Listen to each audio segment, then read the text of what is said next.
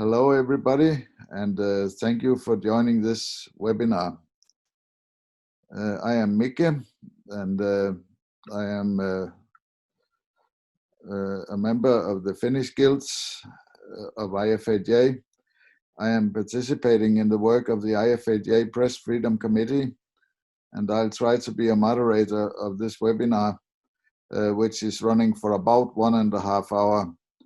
And our target is to keep this webinar on press freedom. As you know, we, or at last some of us, are still going through a very special time with the COVID-19. And it is not so long ago that the Reporters Without Borders published a press release about a lot of colleagues who have been taking big risks to report independently on development about the pandemic and about how governments and health authorities have been trying to deal with it. A lot of colleagues have been victims of pressure, for instance, to write some nice stories or even to be quiet about failed results, for instance, so people wouldn't panic. In fact, it is just a little bit more than a week ago when we had a case in Finland, which at the moment is number 2 on the World Press Freedom Index, with an editor-in-chief on a local newspaper who left her job. The president of the municipality council took part in a council meeting the day after he returned from a vacation in Spain, not paying attention to the rule of 2 weeks quarantine because of the COVID-19. He and the mayor of the municipality tried to persuade the editor-in-chief not to publish this fact. She did it anyway, and the day after, the board of the publisher put her on layoff. She decided to quit her job because, as she told her by herself, the pressure would continue anyway on other cases in the future. One of the most disgusting things in this job is when an editor-in-chief or the staff of journalists do not have the support from their publisher. In fact, it was our intention to talk about some other things than the COVID-19 today. I think we need some verity. But I just wanted to mention this example to remind on what kinds of dilemmas we journalists are running into. Even without pandemics and politics, journalists are often exposed to pressure from advertisers to ignore or downplay certain stories, creating an economic threat to press freedom, whether it comes in the form of a kill story by the publisher or self-censorship to avoid problems. I recognize the kind of pressure from my own work, both on a local paper and from our organization magazines. However, we are a group of people with both communicators and journalists, some of us working both as a journalist and a communicator. I can imagine that cases with the same characters I mentioned here above could be a situation where you have a journalist on one side and a communicator on the other. But we also have to remember that without professional communicators who understand the job of a journalist, the situation would probably be rather worse. And journalists who respect the role of a good communicator benefit from access to information they might not find elsewhere. Our conclusion is that both journalists and decision makers or business people need the communicators. So in fact, we would like to discuss this topic today. You could perhaps call it a kind of internal group therapy if you want, or the border zone between communicators and journalists. Anyhow, we have to deal with these different roles and keep up the respect to each other, still protecting the possibility of journalists to work independently. This is also the reason why we have asked some very competent colleagues. We have Henrik Hansen from Denmark and Richmond Frimpong from Ghana. And then we have Steve Werblow to join us and tell us about their own experiences and opinions. It was our intention to bring in the chair of the National UNESCO Commission in Finland and member of the European Parliament, Henrik, to this discussion, but unfortunately she had to cancel. But we will try to involve her in a new webinar later on this year. Then we tried to engage Jane in this panel, but unfortunately she got sick.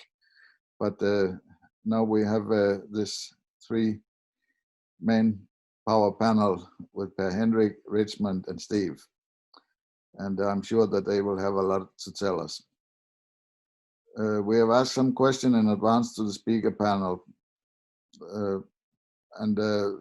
Of course, they have had their free hands to prepare their speeches as they want. But we try to find some targets that we found important up to this panel. And we shall give each of our speakers 15 minutes to comment the questions or tell us something about their own experiences. And I think that we could start with Per Henrik. We would like to hear your story, Per Henrik. And then we will go on with Richmond, and then we will finish with Steve. I think this is a good order to make it. And if that's okay for you, then Per Henrik, welcome. And this space will be yours from now on. Hello, Per Henrik. The farmer must have the best obtainable knowledge about the different machines on the market, the economic forecasts for the coming years, and so on. The best helper for this farmer is a free journalist who has no other objectives than to deliver the most credible and not biased information to the reader, in this case, the farmer. Of course, the producers of machines can employ or hire very honest and respectable communicators. But these communicators are not put in this world to serve the farmers or any other readers, but they are here to serve the company they are working for. This doesn't mean that they will tell you lies or that you never can trust them. What they tell you will always be true, at least if it's a clever and decent communicator. But the way they will tell you things, and not at least the information they choose to tell you, that will always be biased and serving the interest of their lord. That means serving the company, the association, the political party, or the government, or whoever they're working for. I have done a lot of communication jobs myself. And trust me, as a professional, I know that the purpose always is to make the message delicious and best looking from the sender's perspective. That's not the same as lying. In fact, it will be very, very stupid for the communicator to lie, because a lie can be revealed. And then the communicator is really fucked. But it's biased information, which is quite another thing. On the opposite, when I work as a journalist, I do my absolutely best to be nothing else than my readers' eyes and ears. As a journalist, my desire is to be the reader's servant, and the only goal for my efforts is to give the reader as much non-biased facts and information as necessary. It's my desire to make the reader able to make up his own mind, to give him or her the best base for making decisions and to form his or her own opinion on the topic. I can only do so when I have the freedom to be curious on behalf of the reader. That means the freedom to collect the facts I think will be used for the reader, to interview whoever I want, and to ask all the questions I want, including the critical questions. And of course, in the end, I must have the freedom to write my story with the angle and in the way I think will serve the reader the best. When it comes to maintaining press freedom, the most important persons are the journalists themselves. And the most effective way to maintain is to use and exploit the freedom the journalists do have. Without being used and exploited, the freedom of the press will decay. People will forget there should exist something like press freedom, or they will even think that freedom has a bad smell if they are not only due to journalists who never ask critical questions and always obey what the authorities tell them. And this is whatever the authorities or politicians, advertisers, or some kind of civil leaders. In order to serve the audience, the readers, the journalist must have a critical approach to all sources, including the sources who have a friendly relation to the journalist and his or her readers. The journalist must challenge all sources to come to the depth of what is in his or her brain and to get so clear and honest answers as possible. For example, if a journalist at a farmer's magazine conducts an interview with a president of a farmers' union, and this president is criticizing the government, the journalist should not just please the president and say yes, yes, and no, no, as it fits into the president's flow of speech. The journalist must also ask critical questions to the president and challenge his arguments. So to speak, the journalist must be the devil's lawyer. Only in this way, the result will be an article or a radio or TV piece where the reader or listener will get a fair chance to consider and judge the president's opinions and arguments. That's the meaning, the purpose of freedom of the press. Our freedom only makes sense when we use it to provide credible information to our audience, no matter if powerful people like the way we ask and like the way we write, or if they don't like it. This should be fundamental and banal knowledge for all journalists. But I'm sorry to say that pretty often it seems like many agri-journalists forget this critical approach and just kindly follow what the friends in the business tell them. They forget to exploit the freedom of the press. Not always, not everybody, but some do sometimes. The organizers of this meeting have asked what communicators, politicians, and managers should do to maintain the freedom of the press. I would say that first of all, the sources must accept and respect that the journalists are working on behalf of their readers and their desire is to serve the reader. It's the journalist's job and duty.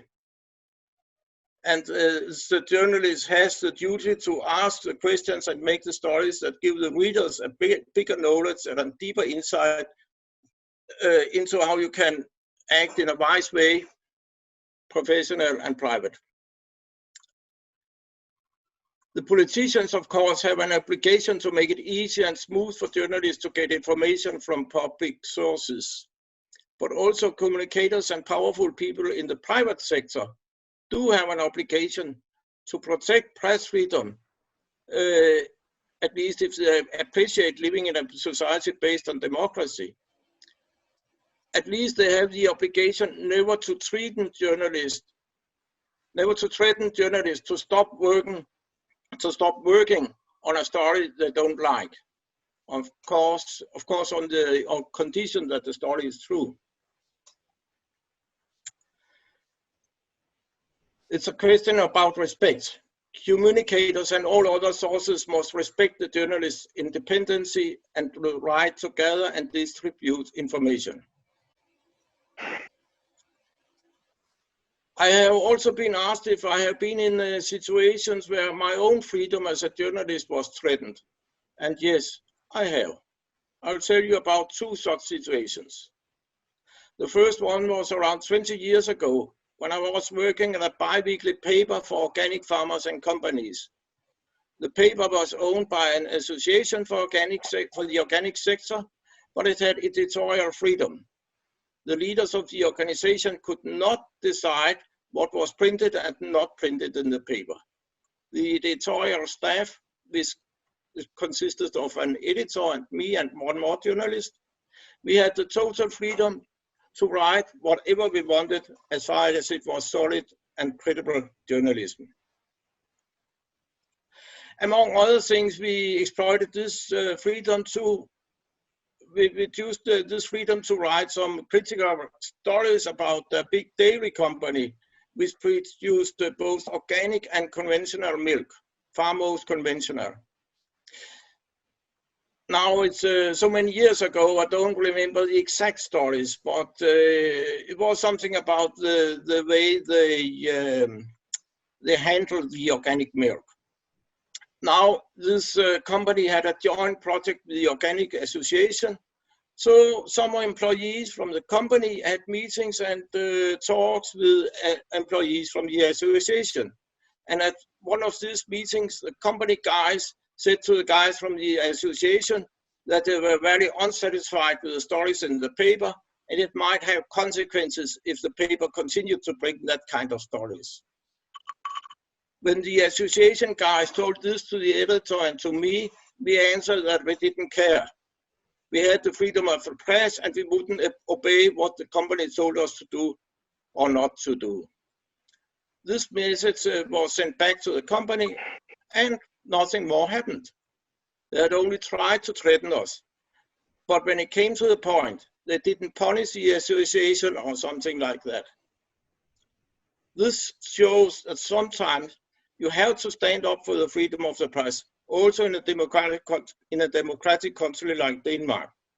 And you can, at least sometimes, do it with success if you stand united in the editorial office and if your surroundings, in this case the Organic Association, respects the journalistic independency. The other situation where my freedom was threatened had a more unhappy end. This situation occurred after I had left the organic paper to go freelance. One of my clients the first years was a magazine published by a union for kitchen staff in canteens, hospitals, and other places with big kitchens. Now this union was involved in a public-private partnership promoting a campaign for reducing the amount of salt in the food, and the editor asked me to write a story about this campaign, and so I did. As a part of my research for the story, I called an employee in the union who was working with the campaign and asked her some questions.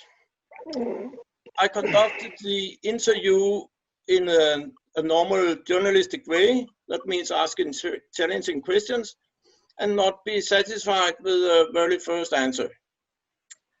A strange thing was that she didn't know if there was added too much salt to the food in the big kitchens where the members of the union work. So she didn't know if there was a problem involving the members at their workplaces, or if the problem was isolated to private households. But she didn't like the stories. She didn't like my questions. In fact, she was so unsatisfied that after the interview, she called the boss in the union, who called the editor and told her, so the editor, that I should not write for that magazine anymore. It didn't count that the editor was very satisfied with my articles. If she didn't want to be fired herself, she had to stop dealing with me. So from that day, I was blacklisted at that magazine. Yet after 7 years, the blacklisting was lifted and the magazine is at my list of clients again, but at a much lower level than before. This has learned me that as a freelancer, you sometimes have to choose between income and journalistic freedom. And it has learned me that as a freelancer, you can be pretty alone when you insist on journalistic integrity. I would like to recap what I just said. One conclusion is that freedom of the press is important because journalists are servants for the audience, and the audience deserves and needs true facts and credible information. The other conclusion is that it only makes sense to have press freedom if you exploit your freedom and ask critical questions and publish the stories your audience needs, no matter what people with power think about it.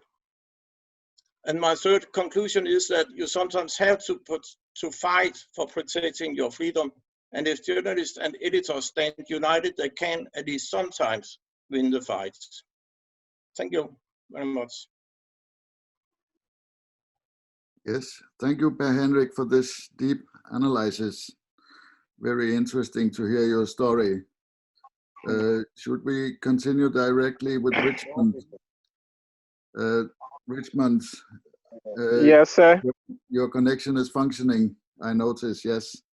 So we're waiting to hear your story. The space is yours, Richmond. Welcome. All right, good afternoon. I'm from Ghana, Kumasi to be precise. I hope you can hear me, sir. Yes, we hear you. All right, okay. All right, concerning press freedom or the freedom of the media in Ghana, our constitution, that is Article 12 of Chapter 12 of our constitution guarantees press freedom and press independence in the Ghanaian media space. And that was established in 1992. So prior to 2001, the then government, the New Patriotic Party, government realized that libel law or criminal law was one way or the other underpinning the independence of the media. So that section of the law was repealed in 2001, which gave the media more power or the more opportunity to be able to do independent job. Unlike in 1992 coming, where the independence or the freedom of the media were being threatened by the then government, and then the other government saw the need for them to repeal the criminal aspect of it.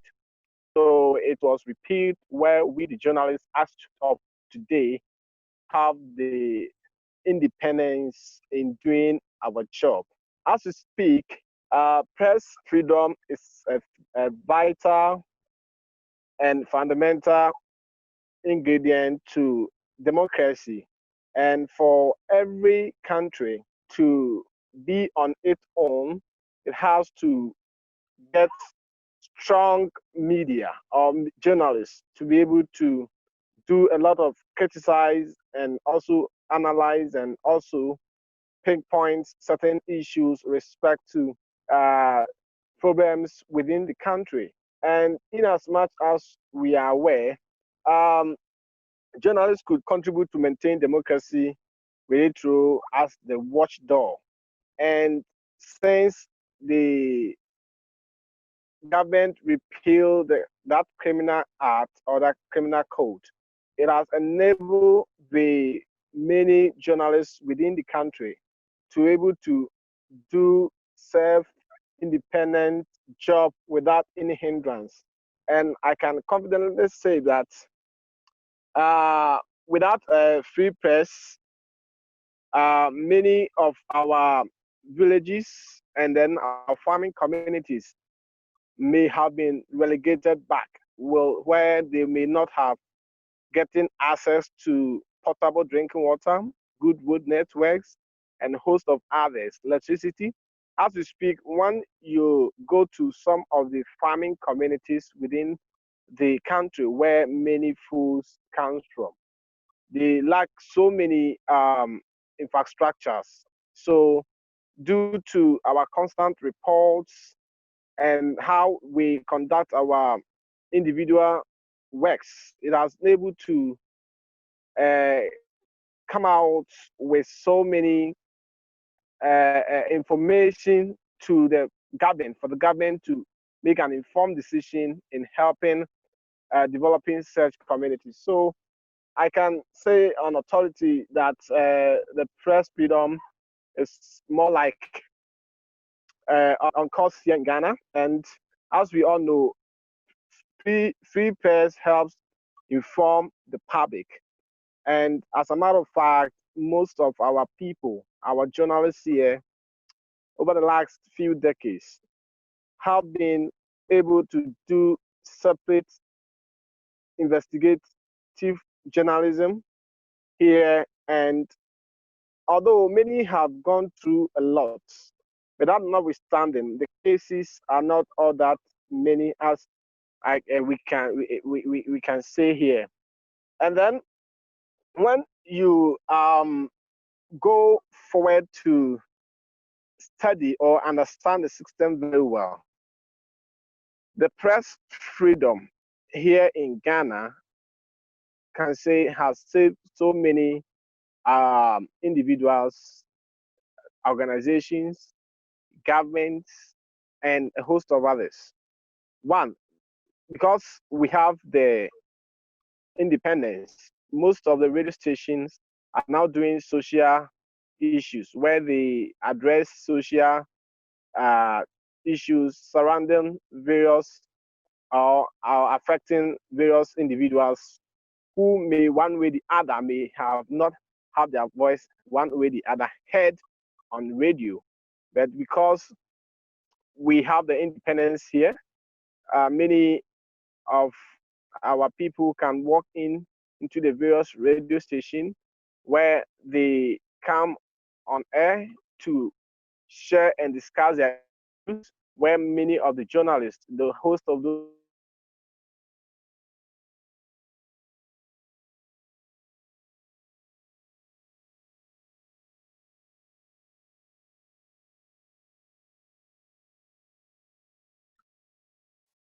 You disappeared from me, Richmond.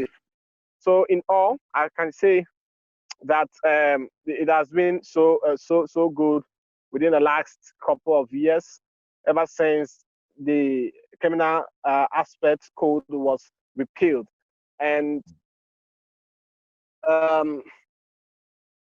without freedom of the press, we will be silent. We will not be free citizens, but a mere subject controlled by whoever happens to be in the helms of affairs. But the media, as I did indicate, have been the watchdog where they are able to punch the government of the day, the critical issues. When you look at critical issues of concern, although we may have experienced certain things, but the government of the day, maybe when you do a story and the story did not go well with the government of the day, that government may one way or the other not attack you, but its supporters will rather attack you. There has been so many instances where you will do a story and the story may not go down well with the government of the day supporters. And you see, you'll be receiving a lot of threatening calls from various angles, and they will be threatening your life, that they will claim your life. And many a times those who are fond of doing that are the businessmen and the individuals, but I've not seen or heard any government officials kicking or against any journalism, any journalist. What may have happened was one, we lost one of our journalists who did a lot of investigations in media on respect to sports. Ahmed Suari, where he was attacked by unknown men and he was killed. Since then, we have not been able to, get the culprits, those who were engaged or hired to go and killed him from this panic. So when we look at the recommendations, I may one way or the other recommend that we have to have a maximum respect for journalists, particularly within our own setup. Most of the radio stations I have worked there, and those I have been engaging with are not do not have a kind of liberty at their own workplace, because when you intended or when you intend doing a story of a particular story that may not go down well with the government of the day or some of our chiefs, your editor-in-chief or the company head will tell you that this story will not be aired. And this has been one of the major challenges confronting many media personnel in this country. Within our own radio setup, where you have a story, a good story to publish, you believe that this is a cogent and factual story, but the editor and then the manager of that particular media will tell you that if we do this story, this is what is going to happen to our radio station. So therefore, they won't allow that to happen. And there was this critical incident where one of our radio station owners was attacked, and his workers decided to do a story on it, where Metro men went into their radio premises to attack them. Some of them were being beaten during the night when they were going home. They were being monitored by Metro men, that is tax. So at times, you may want to do a story of maybe national concern, but your own radio setup or your manager will tell you that if you do this story, it's going to create this problem for us. So therefore, you may not be allowed to do it. Me, for instance, when I was an assembly member for my electoral area, where I was doing when I was a journalist, and then I was also at the same time a community leader. One of our we encountered, or I was able to identify that the municipal chief executive then was one with the other duping and milking the municipality. So I did a story on it, and when I did a story, the MC then called my CEO to tell him that I have been a thorn in his flesh, so therefore have to be sacked from the company. And at a point in time, that very same MCE, or the municipal chief executive, also engaged some tasks. And those tasks, I have worked with them. I normally do write the press statement for them. So they came and informed me that they have been contracted to come and kill me from the system, because this MC is saying that where I am threatening his life, and then at the same time, I'm creating a lot of problems for him within the municipality. But fortunately for me, because of my rapport with them, I was they told me to keep note, not to comment or write a story about the MC. So I put on hold to the stories that I was doing about him, and this didn't deter me from, pursuing my field of journalism or field of coming out with issues of national concerns and issues that matters the development of the various communities.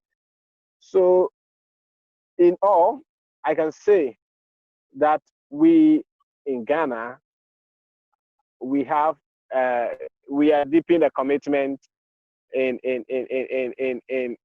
to safeguard press freedom in Ghana, and the government, and then the Ghana Journalists Association and other media organs are wide awake, and they are putting in much pressure on the government to ensure to control the system so that journalists in the country may, one way or the other, not be attacked.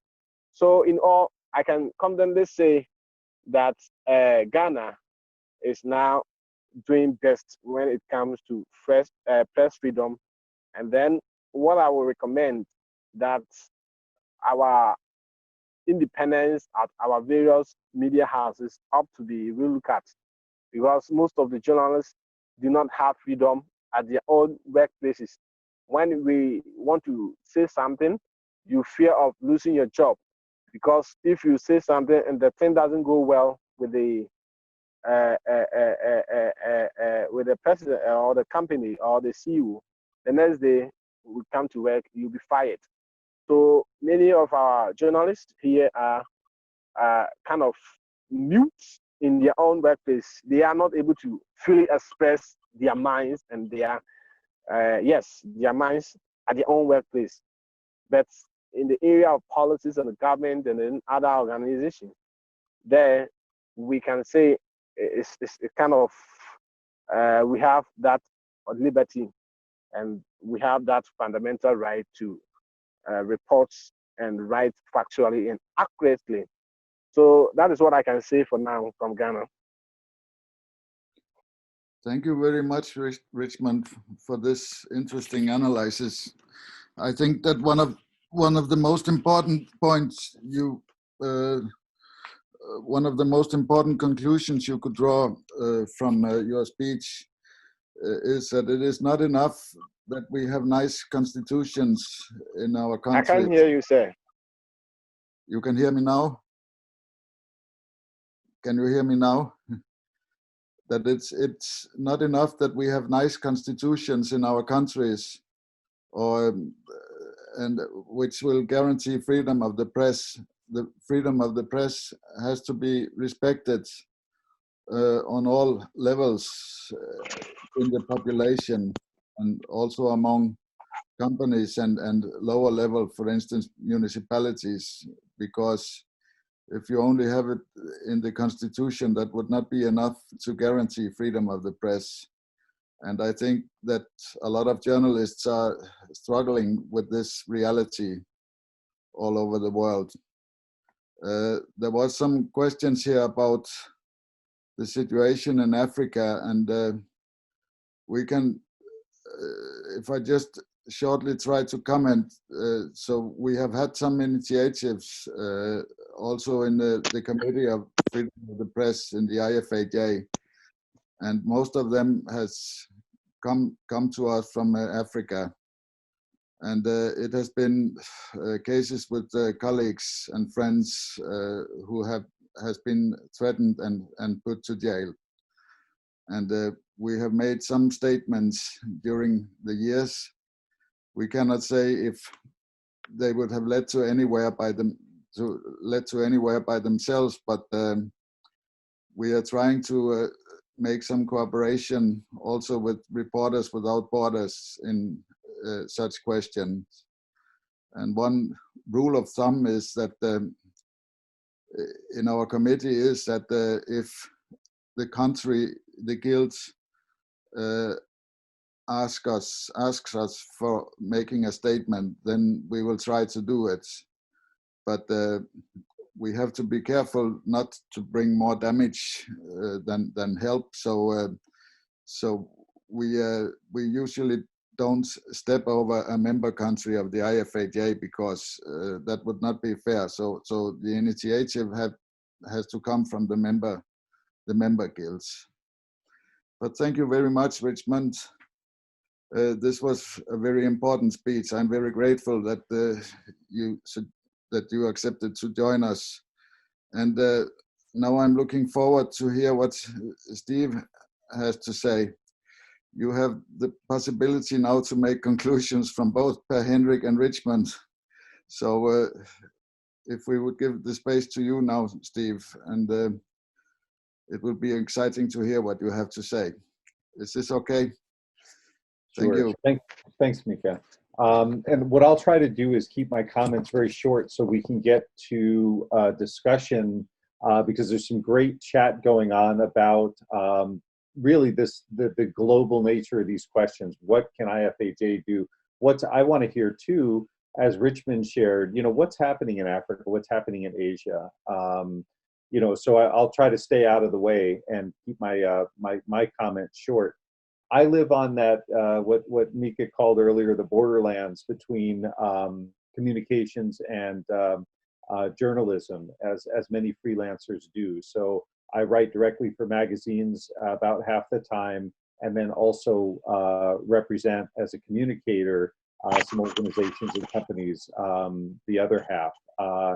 So what I've seen is, from the United States perspective, has been, we have up until recently, economic freedom of the press has really been the issue for us.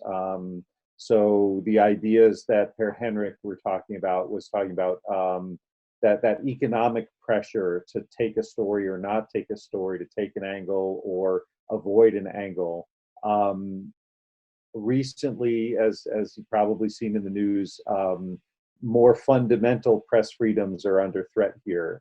So that's a situation that is evolving day by day. And, we're seeing a bit more of what Richmond's talking about, even where the government isn't applying pressure, political pressure, supporters of one perspective or another, become the agents of that pressure. So there's a magazine here in America that has the title Progressive, and there has been some pushback by people. I don't want progressive in my mailbox. I mean, it's ridiculous, but it's the way that the language is going, the way that our press and our political environment are going, that we have these kinds of conversations. We had one situation. I'm a big fan of the New York Times as a magazine or newspaper. It tends to skew liberal, and it aligns with, it's the area I grew up in. They've got a perspective that works for me. But there was a recent shakeup because the Times had run an editorial by a very conservative senator. And the big question was, ultimately, the editorial page editor resigned over the furor that was kicked up by the fact that this newspaper published this editorial.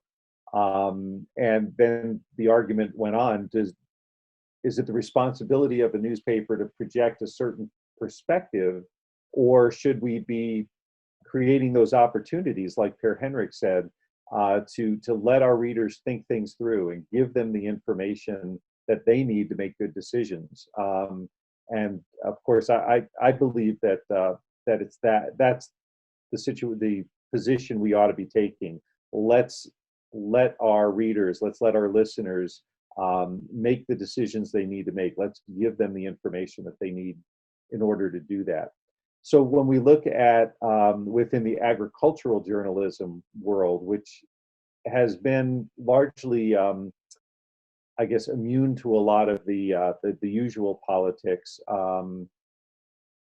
the threats tend to be more economic. That feeling that you're going to get an advertiser that's angry and will call and complain to your publisher. I've been very fortunate in my career to not have much of that be a problem. The editors have backed me up with stories that I've done, but I haven't been tested nearly as much as many of our colleagues. So my examples are pretty tame. My growth within this industry has come through the era of chemical failures. So herbicide resistance and insecticide resistance coming up. And I've seen that from both the communicator and the journalist side. And I have to say that the media here has been really pretty fair and pretty honest about saying, okay, here's where the problems are. Here's what's not working. There's been a little bit of pushback early on from some of the companies saying, no, it's all fine. But soon enough, the communicators started to realize, wait a minute, we need to be able to provide useful information on what's failing, why it's failing, and what farmers need to do. When do they decide not to buy my company's product? When do they decide how to use this product to save it, or how not to use it. So that to the communicator's perspective has been a real, I think a good example of how things can be done well. I had, and I'm going to skip over a bunch of other, comments that I had about how communicators can do a better job of being assets, being, useful sources of information and leads and that kind of thing, and then get out of the way, provide the information, and then let that journalist do his or her work. And I think those are pretty fundamental pieces of advice, and they tend to make things better. What I'm going to focus on just for a moment is what we've done within the American Agricultural Editors Association. So a few years ago, we convened an ethics committee, and this may speak to what Mark was asking. What can IFAJ do?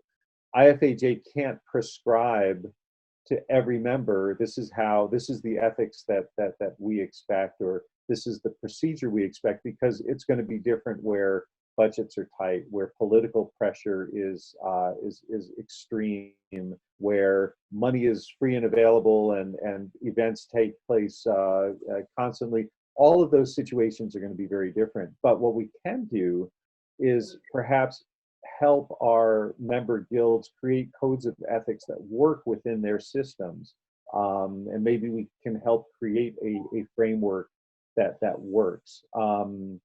So what we did in the States, and recognizing we're a wealthy country, we have well-funded media, we have statutory freedom of the press, and we have a supportive environment for economic press freedom. So all of those things recognized, what we did was we said, look, let's create a code of ethics. Let's look at what journalists need as far as protection goes from political and economic pressure. But then what we found was, not only did the editors want that document, that freedom, that prescription to say, hey, to go to their publisher and say, you can't ask me to do that. We have, we belong to an organization. This is their ethical code. You can't ask me to gloss over or,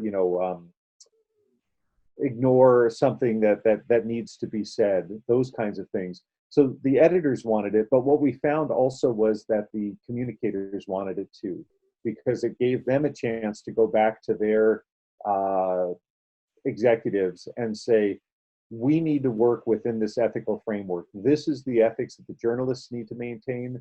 This is the ethics that we need to maintain. These are the communicators' ethics. So we have now an ethics code for journalists and an ethics code for communicators. And again, it won't necessarily apply to every country, but it applies to us. It works for us. And what we found was that the communicators were quite eager to have that, to be able to work back up the line and say, we can't kill a story. That's not right. That's not appropriate for our ethical standards. We need to provide this information and then let the journalist do his or her job. What I'll do, I'll put a link to that into the chat box.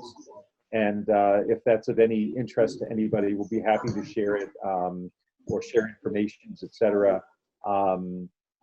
Again, like I'm looking at the chat, Mark's commenting on where there's a tremendous economic pressure in some countries. This won't apply necessarily there, but perhaps it can be a launching pad for something that IFAJ can do to give guilds the tools that might work in their context, to rewrite them within their context. So I'll put that into the chat box. But in the meantime, I think I'd like to turn it over so we can have more perspective also from Africa, from Asia, from other parts of Europe, just to kind of see what the environment is like.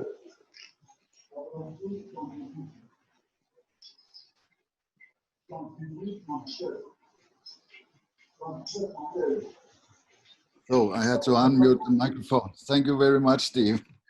It was interesting to hear your conclusions and your experiences too. If I am allowed just to shortly try to answer Mark's question. He was referring to what I was saying, that communicators with the situation could be worse, for instance, between companies and journalists without the communicators. And I'm just talking from my own experience, because I have experienced that in companies where you have got communicators, it will often be easier to find the story and to get it, because they usually are trying to help with it.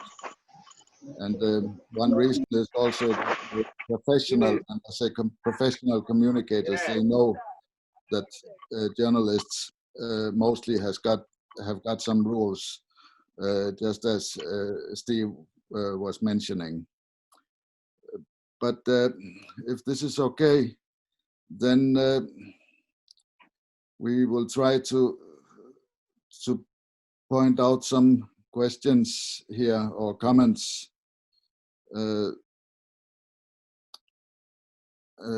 about the situation in different countries.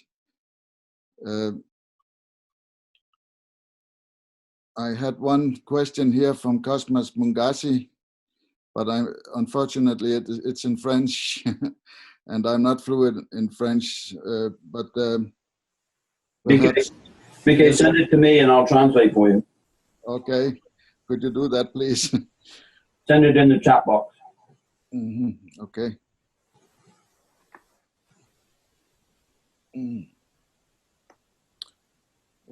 Yes.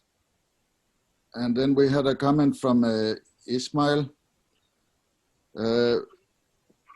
Freedom of the press is a global issue, and you are very right about that. And IFAJ, as a global organization, should approach to this important issue from the global point of view. And I cannot say so much more that I agree in that. Then we had a question here from Tokwan Andre. How do you think we journalists in Africa can do our job if everything is politicized and colleagues are imprisoned whenever politicians decide? And I think this has to do quite a lot with the situation of reality. And I also happen to know that you have got these problems also elsewhere than in Africa. But perhaps, would you like to give a comment on this question, Richmond? I would be grateful to hear it.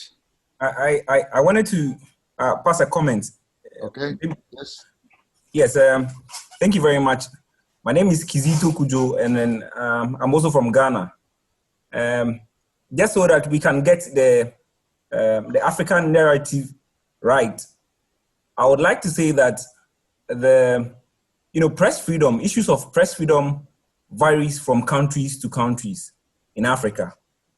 And because, I mean, we all agree that a lot of countries in Africa politically have been unstable, especially in countries where you have dictators, or so to say, or the regime being an autocratic of a sort, then most definitely there will be a crackdown on press freedom, because there's no way they are going to allow the media or journalists to scrutinize them.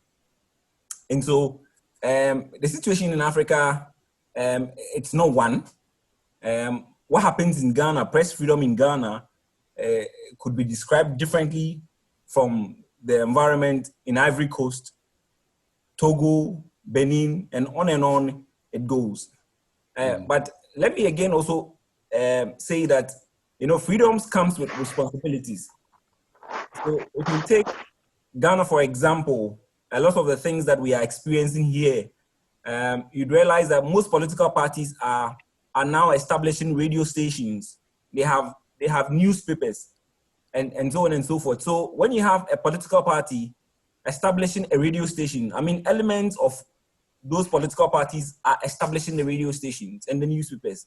And most definitely what it means is that these radio stations and newspapers are going to be doing politics as usual. So if it is the opposition newspaper or opposition radio station, then the opposition radio station will be very critical of the government.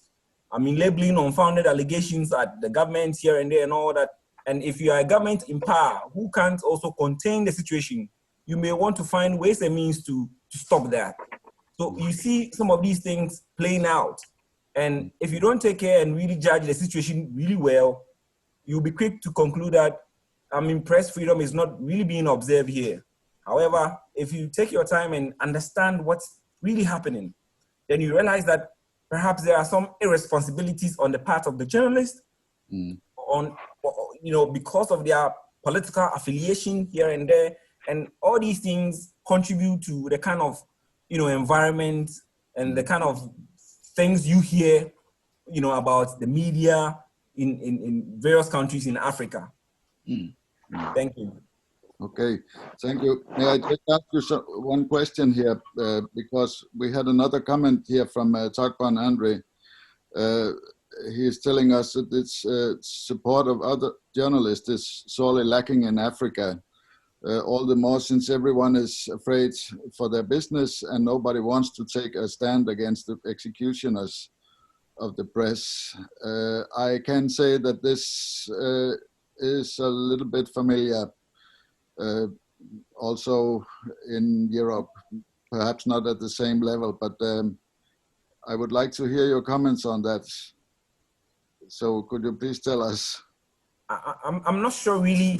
I'm not sure whether I really understand the question, but let me point out that I did indicate that, I mean, you have political elements establishing radio stations, political elements establishing newspapers, and so on and so forth. I mean, you see some of these political elements also in business, in the area of business, like the example Richmond gave, where people in some media houses are being gagged for an alleged comment they've made against somebody that wasn't too pleasing, and that the person has come to report the journalist to his superiors.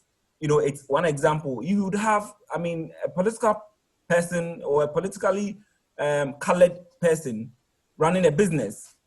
And if you would want that person to exhibit neutrality, especially when a journalist finds himself in a situation, and then you would be getting it wrong, because all these people are intertwined.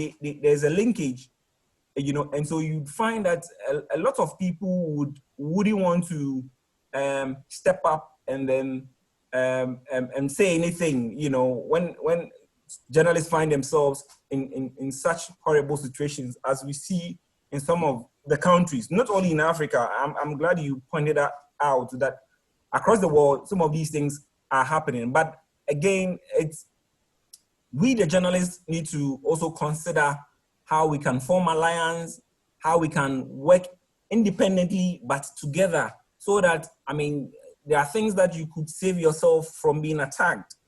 If you put yourself in the line of harm, definitely harm will come to you. But that same information that perhaps you've put out in a way that you are being attacked for, you could have come from a different angle and still achieved your purpose. So it is time that we look at all these, options and alternatives in going about our work. I don't know if I answered the question. Yes, but I think you did it very well. Thank you very much. I'm going to try to read some more comments here from the chat. And here is one from my name brother, as you say it in Scandinavian, Michael, or Micke, from libel in many developed countries has long been scrapped as it violates inherent universal and constitutional rights like free press and free speech. It's short, it has been decriminalized, but in the Philippines, apart from the regular LIBEL as a crime, a more recent law, Cyber Prevention Act, included libel as a crime almost at par with more heinous crimes done unlike like white slavery, child labor and trafficking, financial bank robbery and theft, drug trafficking and gun running. It may be true some journalists may be irresponsible, abusive and reckless in their fact-checking and research efforts, but the journalistic recklessness and abuse are not as ominous or grave as murder, robbery, rape, massive corruption, etc. Although there have been many legislative moves to decriminalize LIBEL itself, the past 2 decades, the cyber preventive law, which includes LIBEL, has only triggered a march backwards on press freedom. And I think that we have seen some examples from over the world with these cyber restrictions in different parts of the world, and that might be at the same time as this the internet and so on have promoted the possibility to communicate on the grassroots level and to spread knowledgement. There has also been made restrictions afterwards, and the reason it's very often because the governments are afraid of what cyberspace can bring out. I would like to, could you please, our panel, could you please make a short comment on this comment? I would be grateful. Could we start with you, Steve, perhaps? It's an interesting situation because that idea that we get rid of libel as a crime because it interferes with press freedom, but all of a sudden it's replaced by this cyber crime. And if we find that journalism is getting thrown in the same bucket as rape and slavery and all sorts of other crimes, obviously that's really dangerous to journalism. So looking at it from an IFAJ perspective, I imagine that we should, with the invitation of guilds that are facing this kind of thing, perhaps we can help comment on that and bring to light the idea that this is chilling to free journalism. Like Micke said earlier, we can't step in, and we don't want to step into a nation's politics where, you know, the guild hasn't invited us to do so, because we don't want to create more problems for journalists in our country. We want to be helpful. So, but if we're finding that this is the case, that the use of, say, cybercrime law is chilling journalism, then perhaps that's something that IFAJ should create a policy about, or a statement about, and share that with our member guilds that might want to use it. And I'd love to learn more about what's happening in other countries. It sounds like the Philippines is a very clear case, but are other countries finding this? Are journalists in other countries finding this? This is the sort of thing where, when Ismail says, you know, it's a global problem, this can truly be global and is obviously extremely important. So I hope we'll keep sharing this information and basically find ways to speak out on it. Yes, thank you, Steve. Do you have something to add, Richmond, on this? Richmond. Respectfully, can you hear me, sir? Yes, we can hear you. Am I online? Yes.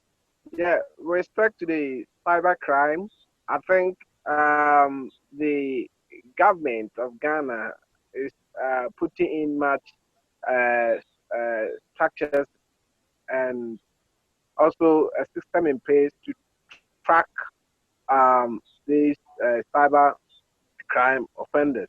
So I think the Ministry of Communication is working on a policy document to perhaps come out with modalities and on how we are going to track these cyber crimes. So I think in all, I don't have the fair knowledge on the current state about how the government or the Ministry of Communication has gotten to as we speak.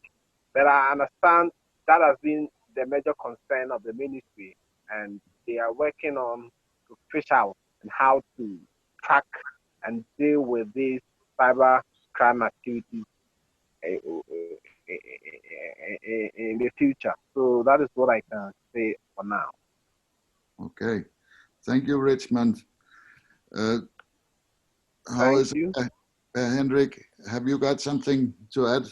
Yes, I think in these countries where we have legislation which is very which are using terms like liberals and so on, where the government uses legislation, abuses of legislation to oppress the freedom of the press and freedom of speech. The journalists, we are journalists, we are not strong enough by ourselves to stand against it. We have to, I can see a comment from Mark van der Sterren, who asked if we could work together with organizations like Amnesty International. And I think that's right. And not only Amnesty International, but we have to be a part of a broader social movement demanding democracy, demanding freedom of speech. This is much more than a journalistic struggle. It must be a broad social political struggle from involving very big parts of society, most of the population. Okay. Thank you, Per Henrik. I can tell you so much that we have been discussing for a long time this, and we have made some contacts with Reporters Without Borders, just as an example. And it might be that we in the future might try to develop some cooperations, for instance, with Amnesty International too. I would like to refer to another comment also from Mark. He has an example here. He has seen in Nigeria where colleagues did not they got paid very little, a very small salary by the editor, and then journalists needed to earn their income from bribes. And if I'm not quite wrong, I remember that this was discussed also during the Congress in South Africa when we had this Africa forum, and it was also a colleague mentioning that it's not uncommon in many African countries that the journalist has to make a kind of income also from others than their own editor. And now we have Chris here. Without a strong international legal backing and bottomless pit of cash, there's nothing IFAJ or guilds can or will do to help any of us that get arrested over freedom of the press. Yes. Perhaps would some of you like to comment this? Steve, Per Henrik, Richmond. Perhaps we could say that. Hello? Yes. Okay, Richmond. Yeah, come again with a question. Yes, without a strong international legal backing and a bottomless pit of cash, there's nothing IFAJ or guilds can or will do to help any of us that get arrested over freedom of press. Do you agree? I think we can really do something by constantly issuing a press statement in support of press freedom, a strong one where we can have a lot of publicity, not only on our IFAJ website, but all over the media outlets. So therefore, people may also know what IFAJ is doing in terms of press freedom in the group, in the group. So to me, what I'm suggesting is that if we can constantly have a strong press statement where we will task our members to publish in their various outlets. And the more we come out with such statements, it will also be a guide, and it will also let people know, understand, and also be more conversant with the word press freedom. Many do not understand. So as and when we keep issuing a strong statement and we task each member or each girl to have publication, discuss the issue, and I think that would be a way for it. Without necessarily waiting for us to raise money to do it. We can use the press statement to be able to lead the front, that discussion in the public domain, in the media space. Okay, thank you, Richmond. I think I could add this that it is true, of course, that our resources and our tools are perhaps not very many, but we could always speak up and for instance, make statements to help colleagues. That might not be enough, but it's better than doing nothing. Now we have Sure. now we have 10 new messages, and there's a risk that we will run out of time. So I hope that I can go through these messages before you send me too much new messages, so that we can keep this in time, not be too late. Steve sent us the links of the ethic codes for communicators and for journalists and photographers. You will see them in the chat. Thank you for the links, Steve, very much. Then there's a comment from Mark: for every journalist, there are 10 communicators who are way better paid. An overload of communicators in this world is an underestimated problem. Okay, Mark, I don't recognize this from Finland. We don't have too much communicators here, I think. I think that we could use a bit more. And then, yes, okay. Andre Topkan, you had some critical point of views, yes, from Africa. Perhaps you could give us a kind of an example. Do you have some own experiences that you could share with us? Because these experiences that people have had, so they are important for us to know too. So if so, I would be grateful to hear them. So the space is yours. No, so I have not personally experienced. So there are colleagues here who is imprisoned by politicians because they report his statement, his issue. But we are many problems in Africa to realize of our job to do correctly what we have to do. But I think that this this session is good for us to take ideas for one of you, for everyone, to make better than better way to do our job. So I think that Richmond and Kizito, I think that is it. Richmond and Kizito, are saying most of parts of which we so but Yug is online. He can help me in English. Yes. Yug, are you there? Well, I am here. yes. Oh, okay. But I'm continuing in French. You can resume that in English for me. I will try.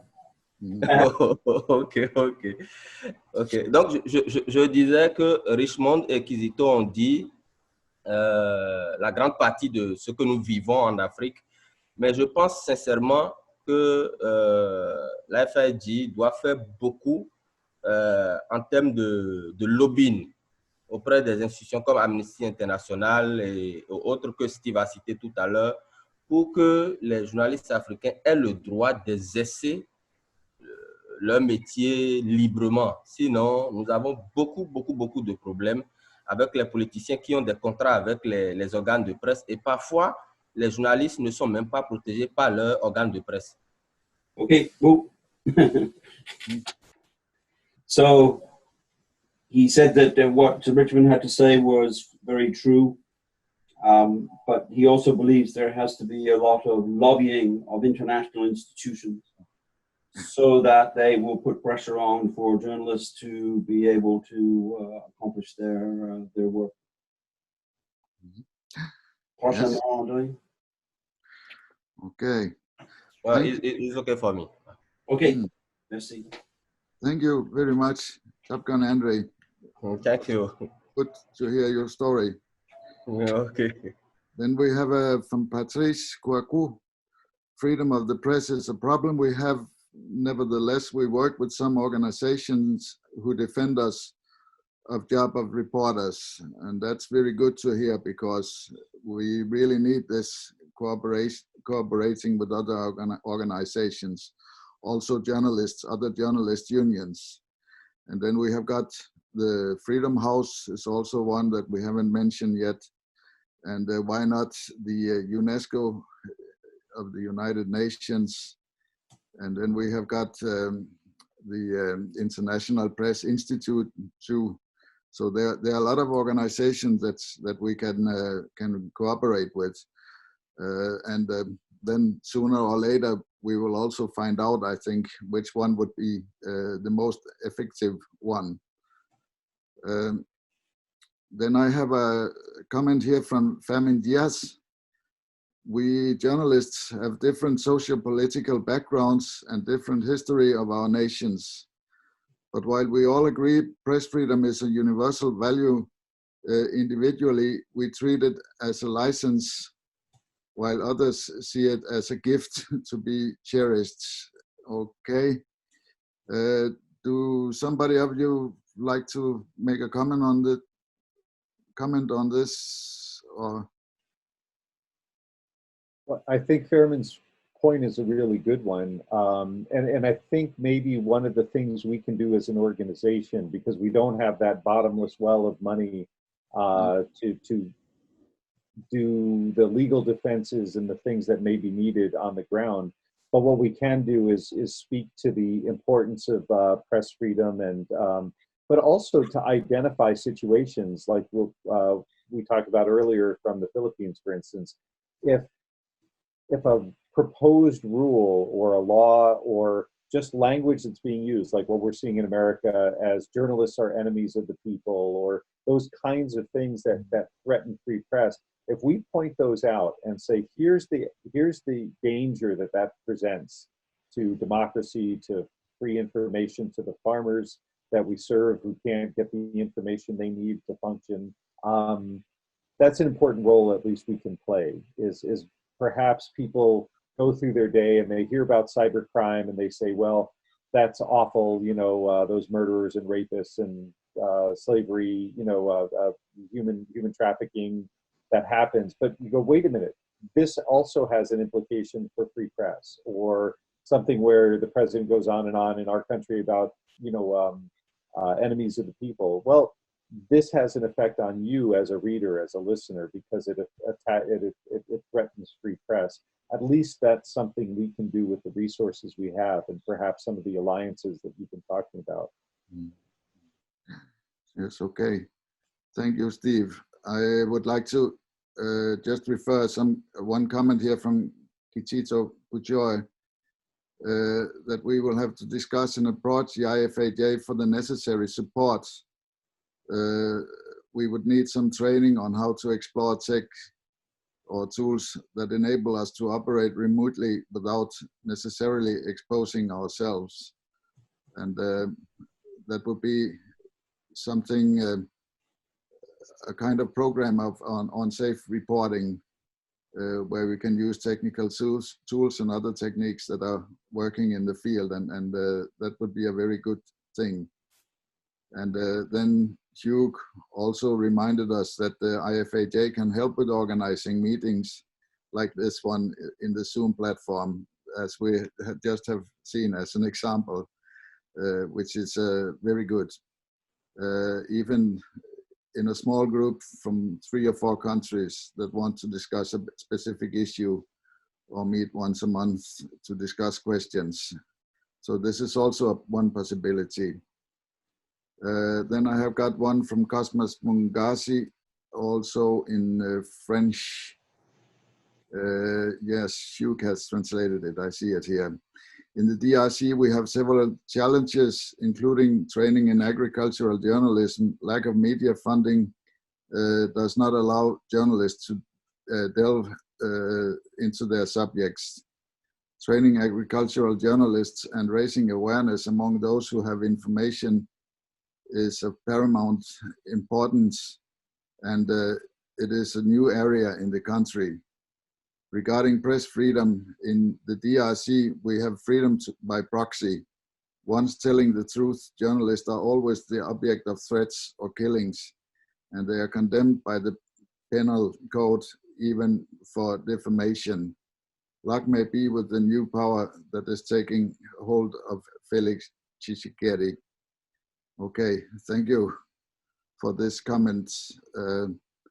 I see it as a statement from you, and I respect that very much. Then we have a comment from our president, Owen Roberts, who is sorry that his connection is poor, but he is anyway proud that IFAJ is addressing this subject. Working through the Freedom of the Press Committee, IFAJ has responded several times by condemning instances of press muzzling, or worse, in cooperation with member guilds and non-members. Lobbying is definitely something IFAJ can do. And one example is Ismail, who is also among us from Turkey, who held a press event during the World Press Freedom Day last year. And he asked Owen to speak at a global food safety conference. He spoke about agricultural journalists' need for freedom to serve their various audiences. And these opportunities can be a part of a strategic plan to keep up pressure. Would you like to say some final words, Per Henrik, Richmond, Steve? Could we perhaps start with Per Henrik, if you want to make some conclusions for us? I know we have been discussing a lot of questions. Yeah, there are a lot of questions. I think there is not a single conclusion. I think it's been a good discussion, and of course the problems are not solved by discussions. We have to take action in some way, or in many ways we have to take action. I think it should be a good idea that this Freedom of the Press Committee goes on with this work, and I think it should be a good idea if discussions like the one we have had today can inspire some of us also to find allies in. We have been talking about this other organization, Amnesty International, Reporters Without Borders, and so on, Freedom House. I think that we have been talking about pretty much about Africa, and that's much bigger problems in Africa and this press freedom. I think in those non-democratic countries or semi-democratic countries, it should be really good to have this political pressure, while in Europe and North America, it's another kind. It's also a problem, but it's another kind of problem on a more individual basis, and we must find other solutions here. Thank you, Per Henrik. And Richmond, do you want to say something? Yeah, what I would like to put across is that we as the media, we particularly have been hearing a lot of comments from Africa. I think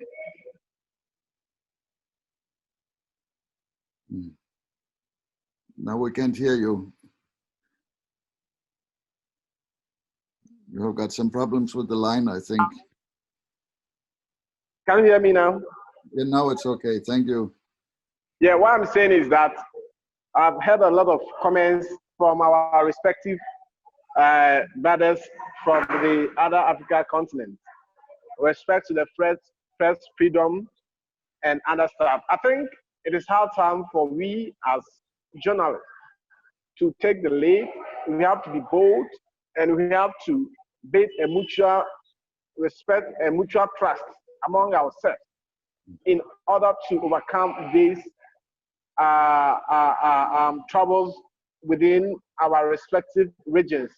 We know some of our leaders normally don't want criticism, and they always want us to preach good stories without critique or criticizing the wrong sides.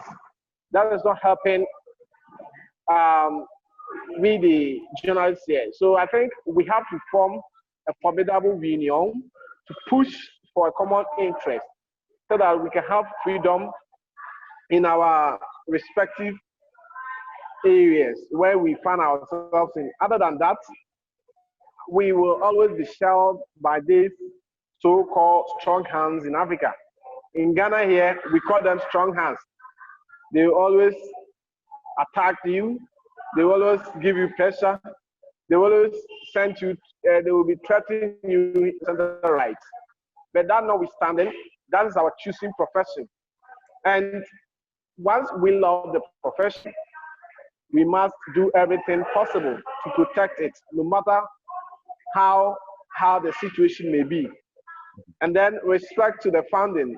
You see, we lack a lot of funds to be able to embark on certain activities for our members.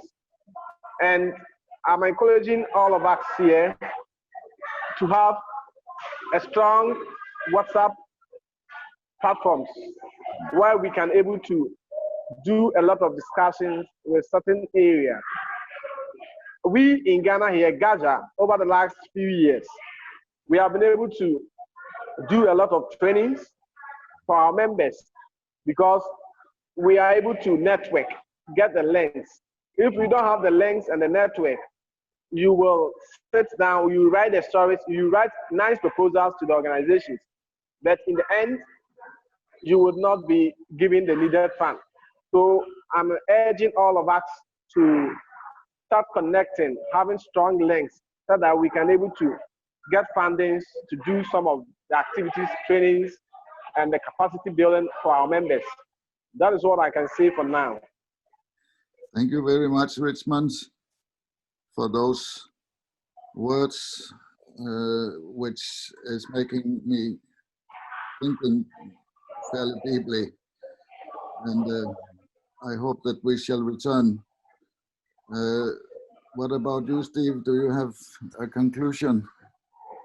I think I just want to build on what Per Henrik and Richmond both said. So Per Henrik talked about how press freedom is an issue that's both massive but also very individual. We all face it in some way, whether it's the kinds of threats that we've heard about to people's physical health, or to just the economic threats that exist.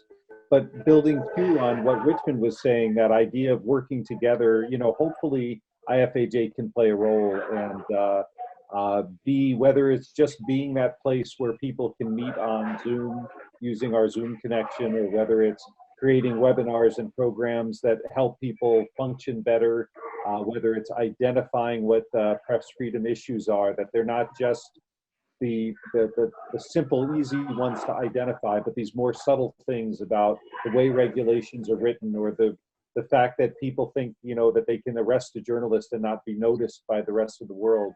Whatever we can do to move that forward, I think will be, it will make us a more useful organization to our members, and that's obviously what we're trying to accomplish every day. So I appreciated the chance to just hear today's conversations and learn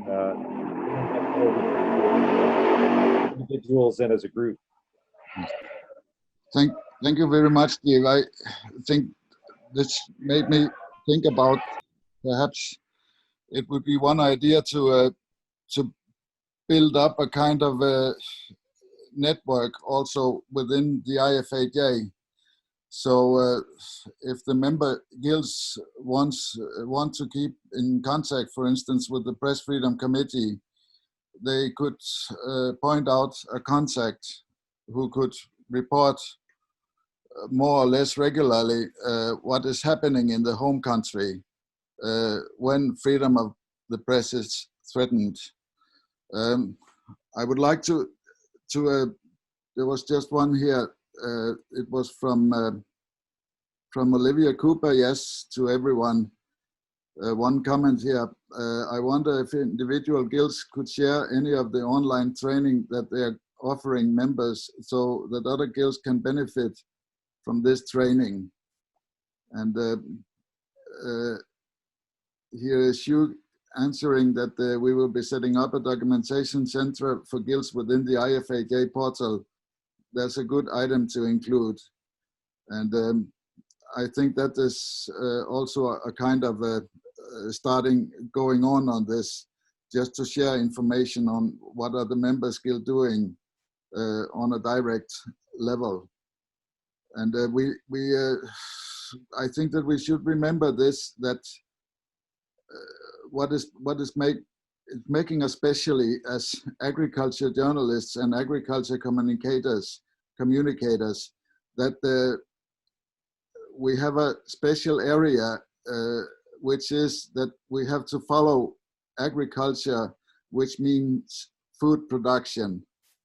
And that is why I think that we should be proud of our works, and we can tell us to ourselves, but we can also tell other people that it's an important work, because we are with this sending information, communicating about agriculture, food production. This is a kind of promoting food to people in the world. I know that we have talked about this earlier, but when we are allowed to do our job independently and on our own terms, then it's also easier for us to promote this, to help with the producing food in the world. And that is why I think that the IFAJ as a family is also a very important organization, because I have seen it when I heard the former president, Mike Wilson, telling us this for the first time in Sweden, that IFAJ is a family. This definition is something that have had a place in my heart too. I would like just to bring forward what Adi, my friend from Argentina, told here, that we should share our experiences in the IFAJ and also share the experiences to countries where there's no freedom of the press to make pressure. And of course, also that other countries, the countries without freedom of the press, we shall try to promote them to tell their story also in a safe way. And that's why we have to cooperate with others. I think that we should give our panel a hand through these reactions here that you can see in the bottom, because you have done a great job, and it was very nice that you could enjoy this. And I also think that we should give a hand to Hugh and Norma, who have been working with the technical support during this conference. And I'm so glad that I've seen you here and that we met here today, and I'm grateful, and I'm looking forward to meet you again during the week. Thank you very much, people, and have a nice summer here in the north and the winter in the south. I wish you good luck. It's okay. Bye. Say bye-bye. Bye. See you then. See you. All right.